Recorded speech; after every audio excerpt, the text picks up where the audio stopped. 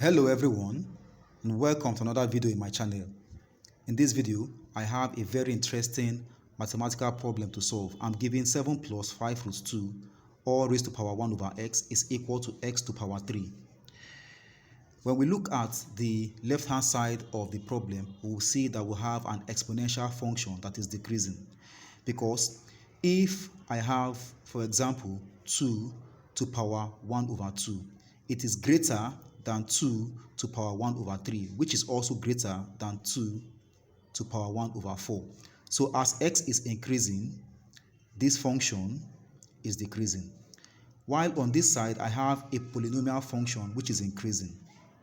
Now, a point will be reached where this decreasing function will meet this increasing function, and that point is where we'll have the solution to this problem if we are using graphical method. However, I'm not going to use graphical method in this video. I'm only going to use my pen and my paper to solve the problem. But before I proceed, I would like you to do me a favor.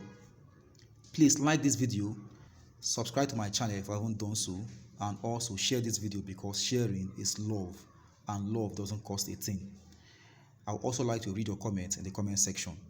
When you do all these things, you are helping this channel to grow. Now, to solve the problem, what I will do first is to multiply the powers by x and then divide the powers by 3. So I have 7 plus 5 root 2 raised to power 1 over x times x divided by 3 is equal to x to power 3 times x divided by 3. Now, this x will cancel this x and this 3 will cancel this 3. So I have 7 plus 5 root 2 raised to power 1 over 3 is equal to x to power x. What I've just done is that I have moved all the x to one side, as you can see, and all the constants to the other side. More like I am making x the subject of the equation. But I cannot equate the powers or the base because they are not the same. But I have an idea.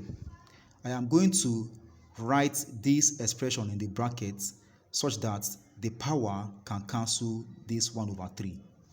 And to do that, I will apply this binomial expansion. That is, a plus b raised to power 3 can be expanded into a cubed plus 3a squared b plus 3ab squared plus b cubed.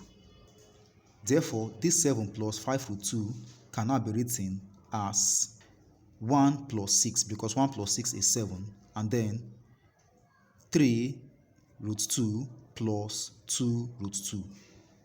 Now, 1 can be written as 1 to power 3, plus 6 is 3 times 2, and then 3 root 2 is 3 times 1 times root 2, plus 2 root 2 can be written as root 2 raised to power 3, because root 2 times root 2 is 2, remaining root 2, which is this. Now, do we see that it is gradually taking this expansion? Now, also rewriting or proceeding, I have 1 to power 3 plus 3. 2 can be written as root 2 raised to power 2 plus 3 times 1 raised to power 2 root 2, which is the same thing as this, plus root 2 raised to power 3. Again, I can rewrite this one as 1 to power 3 plus 3 times 1 times root 2 raised to power 2 plus 3 times 1 squared root 2 plus root 2 raised to power 3. We now see that it has taken exactly this form. So that means our a is equal to 1 and then b is equal to root 2. Now, putting 1 and root 2 for a and b in this, I have 1 plus root 2 all raised to power 3. Let's remember, I'm going to raise it to power 1 over 3. 1 over 3 is equal to x to power x. Therefore, this and this will cancel out, leaving us with 1 plus root 2 is equal to x to power x. Again, I cannot equate the powers, neither can I equate the bases because they are not the same. But I have a situation where the base and the power are the same. And in that case, I'm going to apply the Lambert W function. So I will apply the Lambert W function method. What do we know about this? If I have x times e to the power x equals to a constant, now if I take the w of both sides, this one will yield x. That is, x times e to the power x will give me x. Therefore, what I will do is to rewrite this expression to be of this form so that I can take the w of both sides and then make x the subject, where I can now find the value of x. Now to do that, let me rewrite this as x to the power x is equal to 1 plus root 2. And then I will take the ln of both sides. Now here, I will have to bring this power down according to a property in indices, which is ln of p to the power n can be written as n ln of p. So this x will come down, giving us x ln x is equal to ln 1 plus root 2. Again, I can rewrite this x to be in this form. If I have e to the power ln x, it is equal to x. So instead of writing this x, I'll write e to the power ln x. So e to the power ln x times ln x is equal to ln 1 plus root 2. Now let me bring this term to the front. So ln x times e ln x is equal to ln 1 plus root 2. So we see it is exactly in this form.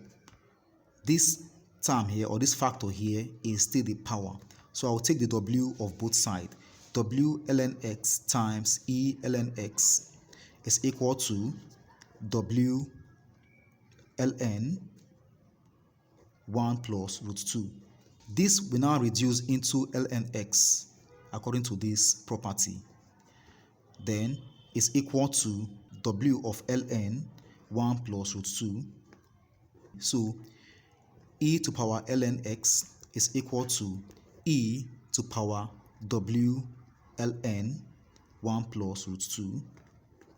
And then this is x equals to e to the power w ln 1 plus root 2.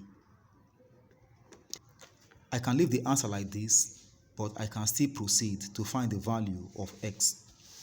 So if I find the value of w of ln 1 plus root 2, I'm going to get 0.522621.